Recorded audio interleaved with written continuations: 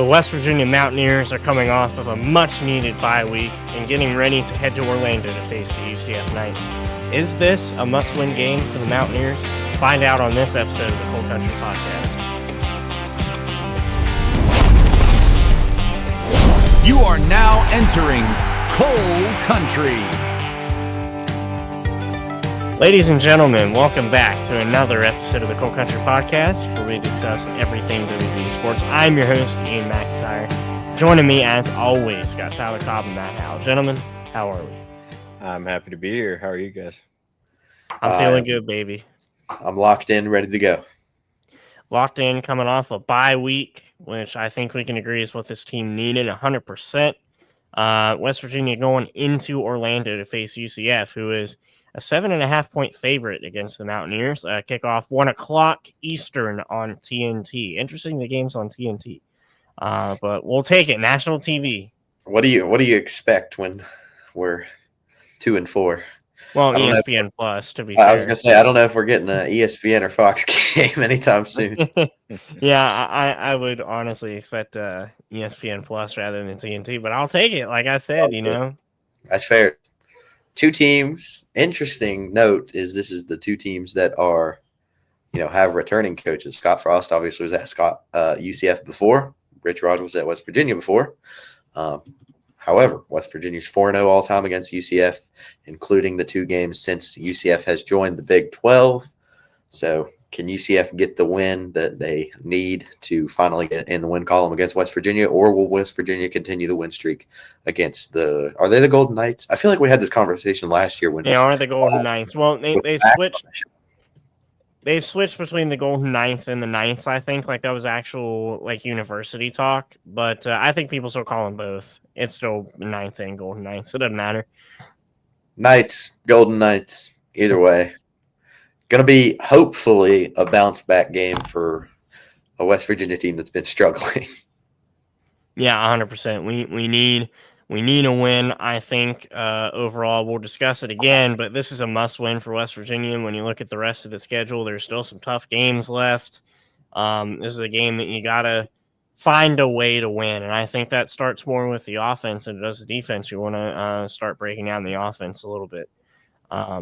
We're talking about all of our positions that we have question marks at. Running back, quarterback, receivers one, besides Cam Vaughn. You can look at our other guys and see who else can make plays.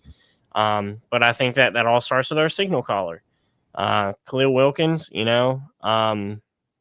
looked okay in the BYU game. It was his first start, really hostile environment. Early on, struggled a little bit, but, came back, and after we forced some turnovers, was able to do some decent things on offense. So if you are Khalil Wilkins, what do you try to do against this UCF defense, who, to be honest, has had decent enough showings against other Big 12 teams like Kansas and Cincinnati? If you're Khalil, what do you look at? You got to start looking Cam Vaughn's way. Through 6 games, he's not been targeted enough. He has been almost lights out in every game that he's gotten targets. Outside of the one bobbled pass that ended in a BYU interception, he has been, either catching the ball downfield or forcing a pass interference. So if you're Khalil Wilkins, you got to get rid of the freshman mistakes you made against BYU. You got to flush them, put them behind you, and use the guy that is your go-to guy, right? You're going to have Cam Vaughn there. If you throw the ball his way, he's going to catch it if it's a good ball. So utilize the guy that you're confident in to go down the field and make a catch. You said it. Cam Vaughn has to be your best friend if you're the quarterback. I mean, besides your own ability to run the ball and trusting the run game, which, Matt, I'll ask you about in a second, Cam Vaughn has to be the guy you get the ball to. It would make it super easy for Khalil if you could work away for Cam Vaughn to get open for 4 or 5 yards at a time. Get some easy catches, trust Cam Vaughn to make a play. 100% necessary for this offense to be successful through the air. And, that's going to open up your other receivers too. And it's going to open up your run game, football 101. So, Matt, I'm going to sort of piggyback to you here. Who do you look for in the run game? Who's your guy? You still have Clay Ash, you have Sincere Bowers, you have Dior Hubbard. How do you get those three guys, to try to make a play? I know we've talked about the O line and their struggles recently, but like, if you're those guys, what do you think they tried to practice during the bye week, handling the O line, and then what do you think they got to do against this UCF defense, who again has looked solid? How do you prepare for this? Well, so those are all great points. Just like you said, we need to open up and use all the tools that we have at our disposal, and I think the run game will be no different. I think you'll see all three of these guys get a couple snaps, and whoever just seems to be clicking that day, I think that's who we'll stick with more. Hopefully, it does seem like every once in a while we'll get in a rhythm, and then we'll make some swap, and it seems arbitrary to us. But who knows what's going on the sideline that we're not aware of. Um, it has felt every game so far that we find our running back, and this is going to be how it's going to be. And the next game, it's completely off for that guy, and somebody else steps into that role. So I don't know. I think it's anybody's. It's going to be a toss up as to who goes out and really shows out against this UCF team. I will say, going into the BYU game, I wonder how much Khalil got to work with these guys as opposed to the other quarterbacks. Obviously, Nico is out, Henderson is out. So I think given this extra time to prepare, I think it should be better just in terms of everyone clicking together and being able to work together offensively now that we have more set in stone what we're going to look like for this upcoming game. But like you said, it's going to depend on Khalil getting rid of those rookie mistakes. I think the passing game should be better. I think UCF is a weaker team than BYU was, and I look for him. I look for Khalil to have a pretty decent game, pretty decent showing against UCF. You mentioned the run game, and the three guys are obviously going to be Dior Hubbard, Sincere Bowers, and Clay Ash. Ty Edwards is out, obviously Jaheim. So which one of those guys can break through and finally have, a good game that, maybe not be up to the Ty Edwards versus Pitt standards, which I still think is the funniest storyline of the season is Ty Edwards playing one game, dropping 150 yards, 3 tutties on Pitt, and just dipping. But one of those guys sooner or later has got to break through and have a good game. A lot of that relies on the offensive line, which I found interesting in the depth chart released for this week. None of the offensive line were listed as, quote unquote, ORs. Nick Cray, Landon Livingston, Walter Youngbear, Tykees Crawford, and Kimo were still all listed as the starting offensive line. And so for any of those three running backs to get going, you do need better offensive line play.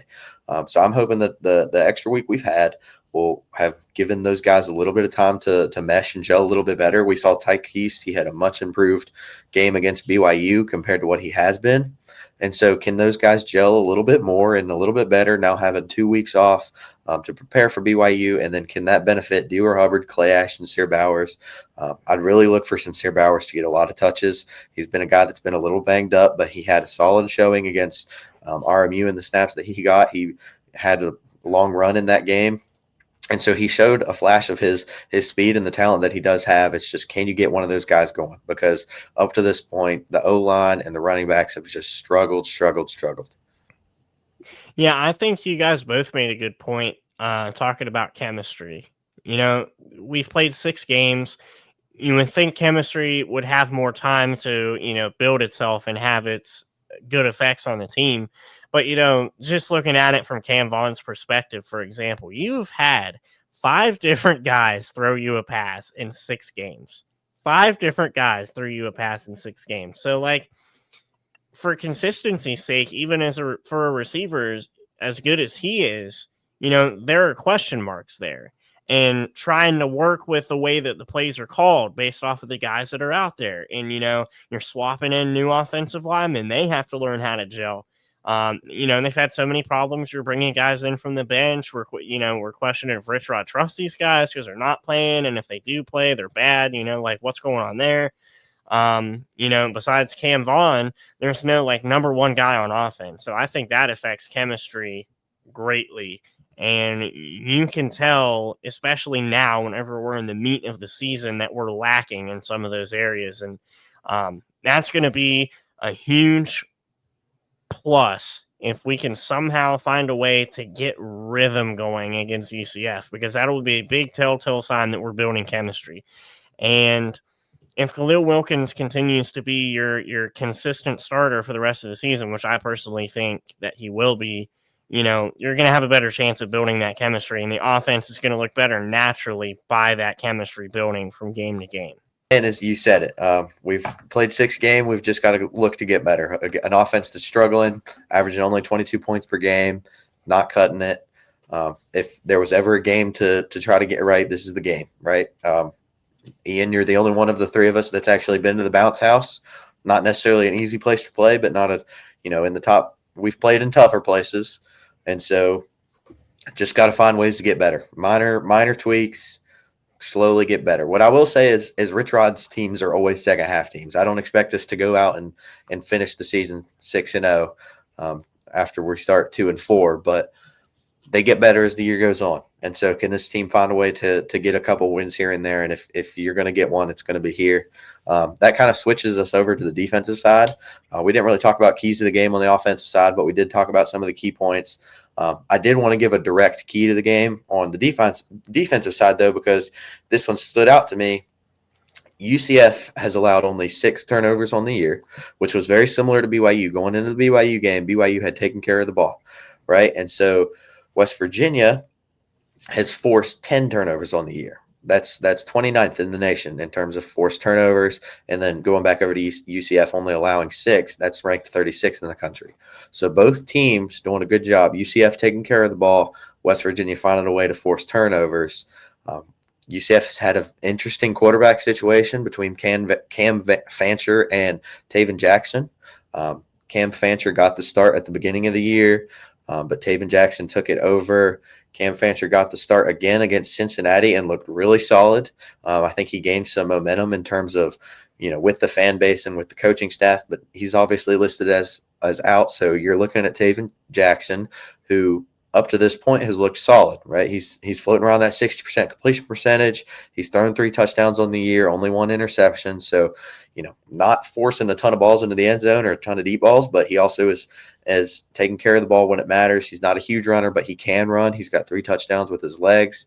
And so can you force Taven Jackson into some turnovers like you were able to do with Bear Bachmeier? Because when you forced the turnovers against Bear Bachmeier and against BYU, it was in crucial situations. You were in your own territory, and you forced them to give your offense a good field position, which seems to be the only time we've been able to score.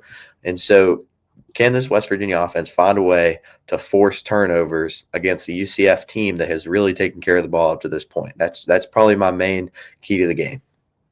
So, Maury Robinson, this is your time, dude. If you're going to show the skills that you have, which we've been so hyped to see all year and really haven't been able to showcase in these past few games, this is the game to do it.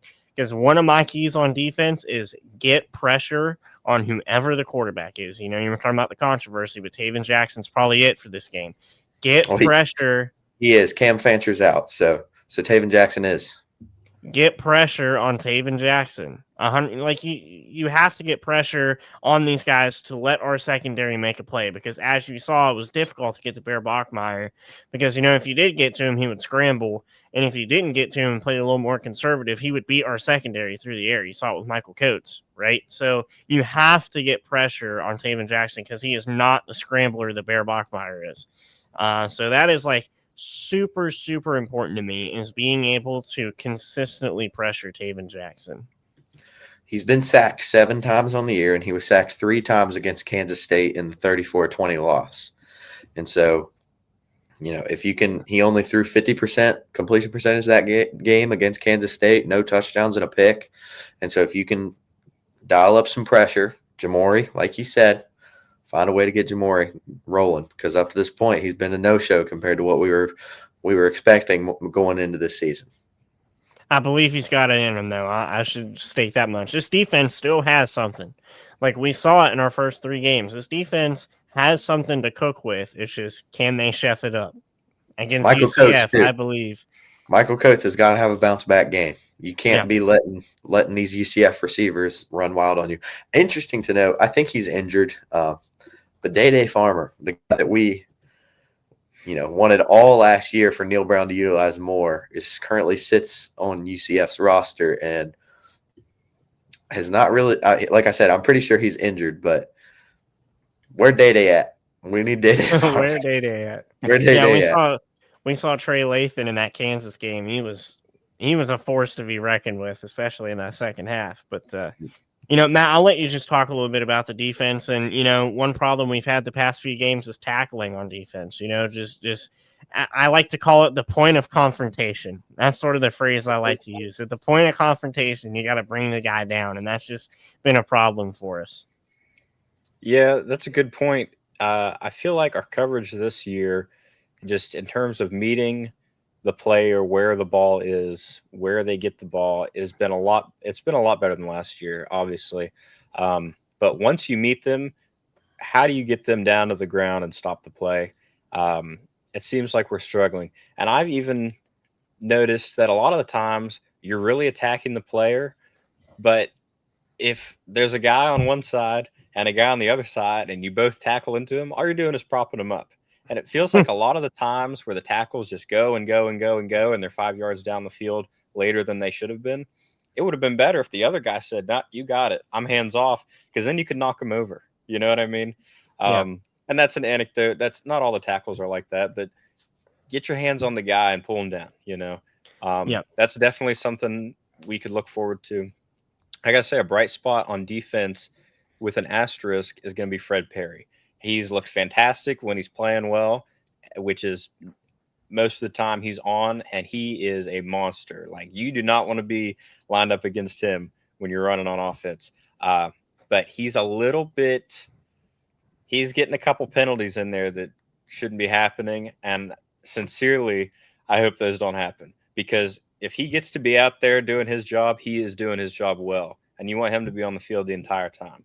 He can't I give also up want to another mention targeting like Chase he did Wilson against out there Kansas. has 3 sacks. And like you mentioned, Taven Jackson has been sacked a couple times. I see that he has 42 yards lost from sacks. And I went ahead and looked at Khalil Wilkins. He's really only had the one game against BYU, and the sack loss yards, I lost it. I believe it was I don't think 45. he's been sacked. I didn't Taken think down that, in the backfield. I didn't think that Khalil had been sacked. I Either lost way, my note on you here. mentioned Fred Perry, and obviously this goes for tackling. You got to be able to tackle if you're going to play defense. But what I will say is, against BYU, you did a better job than you had been stopping the run game.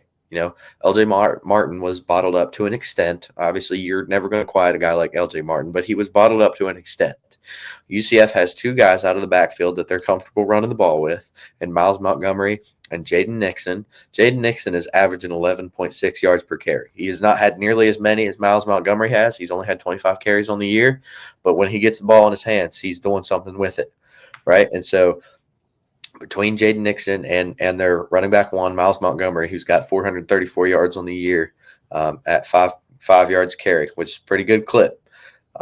You gotta stop the run, right? Make Taven Jackson throw the ball down the field, get pressure on him, stop the run game, and force some turnovers. That's your defense. I mean, I feel like that sounds very basic, but when the team is struggling, how this team is struggling, you kind of have to go back to the basics, right? Tackle, wrap, play your, don't miss assignments, that kind of thing. Just very simple, very basic. Just get back to the basics and try to find some momentum in this UCF game. Yeah, I'll talk a little bit about I have 3 main pet peeves when it comes to me watching the guys try to tackle. And let me preface this by saying I'm laying on my freaking couch watching the game while they're out doing it for real. So what do I know? So I got to preface that real quick. But my 3 pet peeves. Number 1, I feel like we go for the feet a lot. And it's really easy for the guys to just, sort of lift their feet up out of the grab and keep going. Number 2, I feel like a lot of the time we're just trying to get in a stance, like I said, at the point of confrontation to where we don't want to get juked. So we'll stay like 3 yards behind the guy to see in case he tries to make a little like quick juke move that we can still try to go grab him. Where I feel like 75% of the time, if you just keep charging at the dude, you can grab him by the torso and bring him down. No problem. Attack the ball. Attack the Attack the ball. ball. And then third, I understand sometimes you just got to get the guy down depending on the play, but sometimes I feel like we're tackling guys forward for extra yards. Whether it be like a break through the line of scrimmage, through the O line and D line, and we're having one of our D backs or the safeties making the play, and we're grabbing them from multiple angles, and we're sort of like shoving them towards the first down line, and that annoys me a little bit too. I again, it's situational, but those are my biggest For pet for the peeves. And last again, one, I ain't playing football. you do have to props the offense too a little bit because keeping the feet churning, push forward, fall forward. That's kind of what you're taught. You want to fall forward, get those extra yards, keep turning your feet. So a little bit of props to the offense when you see somebody get tackled for more extra yards rather than getting tackled backwards. But everything else you said, I've seen that as well. I don't know. Just it seems like the guys are out of position when it comes to tackling sometimes. Yeah, 100%. Again, I'm not playing the game, so what do I know? But those, Yeah. those are just some things that I've been watching. So, all right, boys, we want to go ahead and predict the game real quick. I know we're going to do pick'ems later, but like, do you have a special score in mind that you think like winning margin for either team before we move on to the pick'ems? Let's do it after the pick'ems. Let's make it the last thing. I say we go to pick'ems. Everybody gives their score prediction at the end. I was too excited. I really wanted I'm to sorry. see. I ripped it from you. Yeah, I'm Hey, you know what? Get you hyped back up because we got some good pick'ems this week. It is a good weekend of college football. And pick number one. Actually, you know what? Before we go to picks, we just got to acknowledge that Ian is killing it on pick'ems. He is above. He's doubled from 500. He is 47-23. So again, his ratio is about 2 wins to 1 loss in terms of picking games. Matt is not far behind at 44-26, and then I am 7 games behind first with 40-30. So not bad, but I still got to catch up some. Game number one, you have leading passer number 1 versus leading passer number 2. Sawyer Robertson, Josh Hoover, Baylor travels to TCU to play the Horned Frogs. Who do you have? And those leading passers are in the country as well, right? It's not just the Big 12. Yeah, no, leading passers in the country, not just Big 12. That's crazy. And you guys want to tell me the Big 12 is the weakest power conference? Anyway, this is an interesting game because again, both teams are explosive offensively. However, I've been to TCU. I really like their campus, and I like the way their football team's been looking, man. And they got some cool students there. It's in Fort Worth, and because of that, give me TCU, even though I think it could be a close game. Man, I like Baylor. I like Sawyer Robertson. They have probably one of the best tight ends in the country as well, and I'm blanking on his name. But they have fallen below what our expectations for them have been so far. I think TCU might be a more well-rounded team, so I'm going to give it to the Horned Frogs. I'm going to go with the Bears. I had much higher expectations going into the season, like Matt said. I had them in my playoffs. They were my Big 12 champion. I don't see that happening now, especially with how good Texas Tech is looking. But I don't want to, go past the fact that the 2 teams that they have lost to are also 2 teams that have looked pretty solid up to this point. They've lost to Utah without Sam Leavitt, and they lost to an Auburn team that just went toe-to-toe with Georgia and without some ref interference could have potentially beaten Georgia, right? And so I don't think Baylor is necessarily as bad as what they have looked compared to our preseason expectations. I think they found a way to get it done against TCU. Next up, LSU goes to Vandy. Oh, man, that's a tough one. Who do you got? I think you're right. It's a tough one because Vandy is better than people give them credit for. I know they're coming off a bye week and they lost handedly to Alabama, but they're Alabama. Alabama is a legit playoff contender. LSU, handling business last week. I'm blanking. South Carolina. They played South Carolina. LSU handled South Carolina. I think I picked South Carolina in that game, and LSU, you know, offense is still weird for them, but defense is really good. Um, I think I'm going to go LSU. It's really hard for me to pick this, and honestly, it's because I like Vandy, but I'm going to go LSU. I think they're the better team.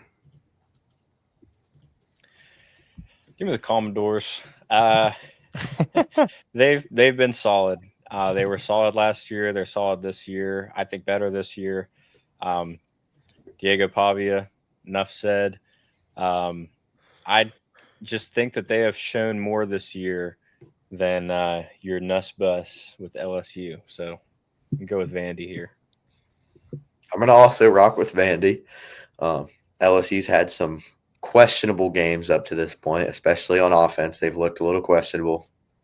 And Vandy, outspite, even with the Alabama loss, I felt they looked solid in the Alabama loss. They were toe to toe right there with Alabama up until the end. And so they proved that they, kind of belong with the big boys, and they get LSU at home. So I'm gonna rock with Vanderbilt. Georgia Tech goes to Duke. This is a tough one because Duke has lost some games that I'm sure they probably want back. While Georgia Tech is 6-0, but played some sketchy games, one against Wake Forest and one against Colorado team that just found a way to beat Iowa State. So what do you make of that? Who do you have, Georgia Tech or Duke? I love picking games like this. This is so interesting, and this is key to the ACC title. This is really going to be a pivotal game. Um, you know, Duke again, like you said, I bet they wish they had that Illinois game back. They fumbled that game away. But you also look at Georgia Tech. You look how good Haynes King has been. They've won some close games, but honestly, I think if Haynes King falters even slightly, or if somehow he goes out, I don't think this Georgia Tech offense can operate anywhere near the level they have been operating without Haynes King. And I think their level of play is unsustainable for an entire 12-game season. And for that reason, I think Duke's going to have a lot to play for. And I think Duke can find a way to pull this one out and give the Yellow Jackets their first loss. I'm right there with you, Ian. I got to give this one to Duke. We talked earlier about Sawyer Robertson and Josh Hoover leading the country in passing yards. Duke's quarterback is number 6 with 1838 so far. That's not the only consideration, but overall, watching Georgia Tech's games, especially more recently, they just look a little shaky. And I think this is one that'll flip against the ranked opponent. I got to make up some picks, as you all know, and you two seem to be rolling with Duke, which I originally was leaning, but put some respect on Haynes King's name and Brent Key. He's done an incredible job there at coaching at Georgia Tech, and just really brought that program to a place where they are contending for the ACC title game. 6-0 Georgia Tech, led by Haynes King. I like the grit that this team shows. Like I said, I was leaning Duke, but I'm going to make up some ground. I'm going to rock with Georgia Tech and hope that they stay undefeated. So give me Georgia Tech. Moving on, we have what seems to be my favorite team for whatever reason. Washington goes to Michigan. 2023 national championship rematch, I believe. I believe that was 2020. Yes. It was 23. Michael Penix. 23, Michael Penix versus J.J. McCarthy. So now we get another rematch. Washington won last year, I believe, but this year Washington travels on the road against a Michigan team that just lost to USC. Washington looked really solid in their win against Rutgers. So who do you have, Huskies or the Wolverines? I got to say, man, the AP ain't giving Washington very much love. The fans are, but the voters aren't. I'm glad we're picking this game too, because it seems like it could go either way. Michigan's gonna be mad because they went to USC and they did not look good. And they're gonna have something to play for in the big house against Washington, who has also looked very good. I'm going to take Michigan off the sole fact it's in the big house. Now, I do think Washington is still a very good team, and people need to be watching out for them a lot more than they are. But this is in the big house. Michigan's coming off a bad loss. They need to get back in the game, and I think they do against the Huskies. I think I'm going to go with you here again, Ian. If not just for the home field advantage, I just feel like Michigan has a good shot in this game. So give me the Wolverines. Let me tell y'all a little bit about DeMond Williams Jr. Last game stats for the Washington Huskies quarterback: 21 for 27, 402 yards, 2 touchdowns, no interceptions, and 136 yards and 2 touchdowns on the ground. I'm rolling with Washington until they prove me wrong. I'm going to go with the Huskies. They have just, I think it is disrespectful that they're 5-1 and their only loss is to Ohio State and they're not ranked. And so they're going to prove the country wrong this week in the big house against Michigan. Give me Washington. All right, probably game of the week. Ole Miss travels to Georgia, saved by the refs, perhaps. Controversial, maybe. Ole Miss or clapping. Georgia? Yeah, that's got to, you know what, before we give our picks, that has got to be the saddest thing I've ever seen from a college football coach. This is not clapping. I didn't watch the game, but I watched the replay. Them Georgia boys do it different. For Georgia, probably the hardest game to pick on the schedule. Ole Miss, Georgia. I don't know. You say it's game of the week. I'm looking at the Holy War for game of the week, but this is a good matchup nonetheless. You make a good point. Big man knows ball. This is a good matchup nonetheless. Ole Miss goes into Athens. Again, Georgia struggled. Probably should have lost to Auburn pending the officials. But I think people are letting Ole Miss fly under the radar a little bit here. I took a weekend trip out to Las Vegas, and I spent my fair time in the sports books whenever I was on my downtime, and I watched a little bit of that Ole Miss game. They were playing Washington State. They're in a little bit of trouble against Washington State, boys. The guys in the sports book were causing a little ruckus because we knew who they put their money on. So I don't know. Ole Miss, took care of business. They did what they had to do there at the end. But Georgia, who is battle tested, as Ole Miss is for the most part, they give me more confidence in this matchup. Georgia does, and they're at home. So that's why I'm gonna take a Bulldogs. I'm once again with Ian here. I just think Georgia has looked better. Aside from the Alabama loss, they would have an undefeated home schedule for the past, 4 or 5 years now? Almost 5 years. So it doesn't happen for Ole Miss. I thought they looked shaky when they played LSU. That's the only game I've really watched the entire way through with them this season. But I don't think LSU is as good this year, and Ole Miss was right there with them. Just like Ian said with their game last week, looked shaky. I think the Bulldogs take it. Man, this one's tough. I'm back and forth on it. I want to take Ole Miss. I really do. But just that something tells me that game against Washington State is saying that Georgia is the better team.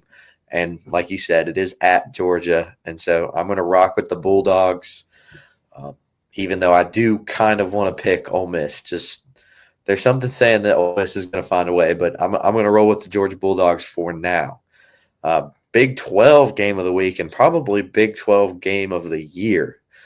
It definitely was in the preseason, and it's likely going to end up whether or not Arizona State still has a chance to make the Big 12 championship. Texas Tech travels to the desert to play Arizona State. Red Raiders or the Sun Devils? Who do we have? So Sam Leavitt's back, correct? I think you said that before. Sam Leavitt is back for the Sun Devils. Texas Tech went on their own, trying to prove that they are still the real deal and favorites to win the Big 12. And I'm going to roll with the Red Raiders until they prove me wrong. But this is very well a game they could prove me wrong. But, Sam Leavitt might have to adjust coming back into the game. So give me the Red Raiders. We'll see how they do. I could change my mind on them later. But for now, I'm still resigning my confidence within that Red Raider team. Yeah, I think it'll be Texas Tech. Even with Sam Levitt back, he was back from an injury. What's he going to look like? Um, I just think the Raiders have looked so far like they've outclassed everybody. It looks like they're in a league of their own when you compare them to the other Big 12 teams so far. So I'll give me the Raiders. I'm going to go Texas Tech as well. Until they're proven wrong, they have looked by far and away the best team in the Big 12. So I'm going to rock with them until, like you said, until somebody proves them wrong. Third Saturday in October, Tennessee travels to Bama, who has looked lights out since that loss to Florida State. So Bama or Tennessee. Both very solid teams, but one has a clear advantage.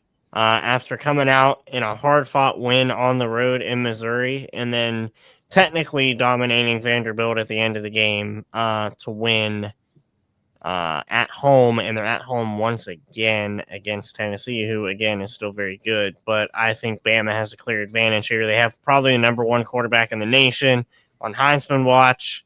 Ty Simpson, give me Bama and the Crimson Tide. So I was going to go with Tennessee till I realized it was a Bama home game. Give me the Crimson Tide. I'm going to roll Bama as well. 3 in a row, we've all gone the same. If there's any team in the country that's been battle tested, it is Bama. You know, Florida State, Vanderbilt, Georgia, and Missouri. They've won 3 of the 4. And so I'm going to rock with Bama. USC, coming off a big win against Michigan, travels to Notre Dame, who has only lost 2 games by a total of 4 points to 2 top 5 teams. USC or Notre Dame in a rivalry game. It's a huge rivalry game. Definitely a must watch, which there are also some other must watches in this game list. So overall, good week for football. But we're in South Bend. The Trojans trying to still prove their worth in the AP. Notre Dame, although I think that they are overranked, I still think they should be ranked, and they are quality losses that they have.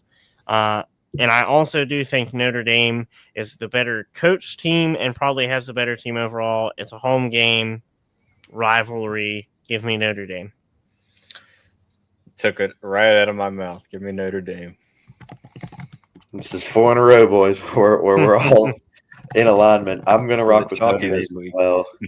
I don't know. Just seems like Notre Dame is going to – if they win this game, they'll definitely win out. But it just seems like Notre Dame is going to win out. They've gone toe-to-toe with 2 of the best teams in the country. And like I said, a combined 4 points that they've lost by to those 2 teams. So I'm going to rock with Notre Dame as well. Apparently, game of the week, according to Ian – Utah goes to BYU. The Holy War in Utah. Who do you have? So this is in Provo. This is BYU in Provo. Stadium. Early kickoff, though. It's a noon kickoff Eastern, right? Because Big Noon's going to be there. So I assume it's an early kickoff. I could be wrong. But anyway, regardless, my pick is going to be the Utes here. I think that BYU, while they have a solid resume, they're undefeated. You know, they've played the likes of us, which, you know, how hard have they really had to try? They're going to get tested in this game. One of the best rivalries in the sport. Even though they're hosting, I think Utah goes in there, shows them how good their offense is, and whoops up on BYU. I think it may become a blowout. I think the Utes have this one. Gotta give me the Cougars here. Still a little unproven, but very solid team all around. It's a rivalry game, so you kind of throw that all away anyway. BYU has won the last 2 games. I see it. It's a 7 p.m. kickoff, so night game with 7 p.m. for you, 8 p.m. for us. 8 p.m. for you guys. Yeah. Okay. So it'd be what, 6 p.m. for them? 5 p.m., something like that. Yeah, it can be because of Big Noon. So, man, that's gonna be one of the games to watch definitely this weekend. I got to go with BYU here. Let me tell you something. I think Utah got off lucky last week that Sam Levitt wasn't playing. and they ain't going to get lucky this week because Bear Bachmeier is coming. A rivalry game's a rivalry game, no matter how good or bad another team is. BYU has looked sketchy at times to be 6-0, but they're still 6-0, and there is something about a night game in Lavelle Edwards. Magic happens in that stadium when the sun goes down, and so I'm going to rock with the Cougs as well. Give me BYU to shut the Utah Utes up and get a win. Final game of the week, the most important one, 2-4 West Virginia. The real game of the week. Travels down to Orlando to play 3-3 Central Florida. Mountaineers or the Knights. Will the Ears bounce back, or will the Central Florida Knights find a way to get a win? Who do you have? And score.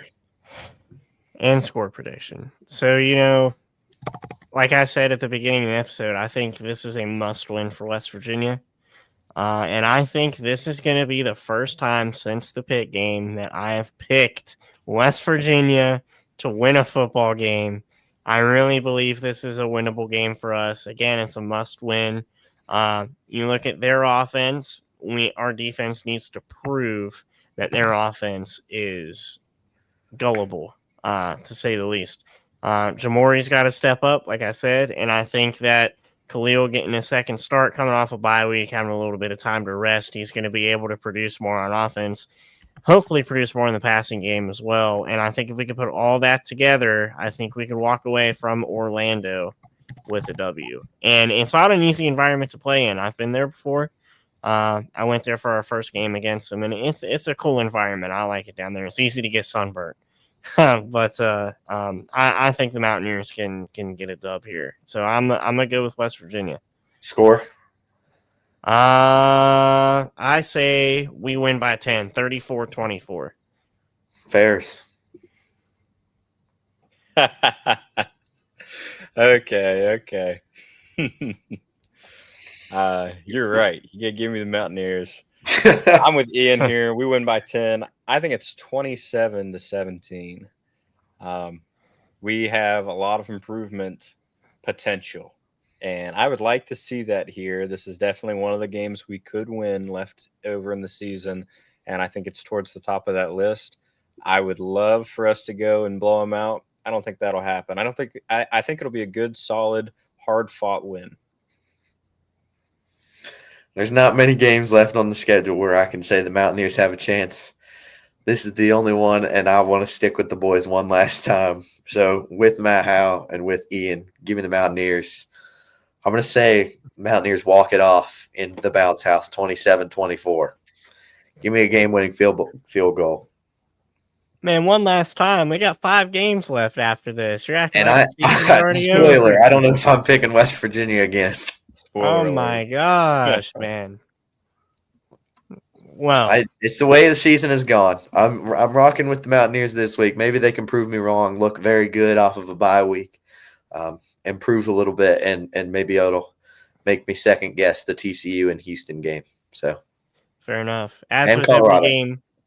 As with every game so far this season, this is going to tell us a lot about our future trajectory. So, again, I think this is a must-win for the Mountaineers. So, boys, I think that's going to do it for our Week 8 pick'ems and our UCF game projection. So, before we end the episode, make sure to like the video. It does a lot for us in the algorithm. Comment all your thoughts down below. Do you like our UCF takes? Do you hate them?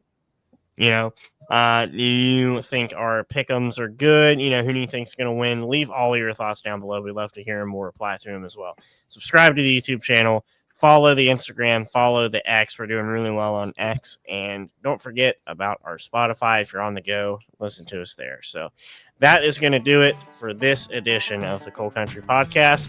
Let's go Mountaineers on Saturday. Beat UCF. From me, from Tyler, and from Matt. We'll see you on the next one. Goodbye, America.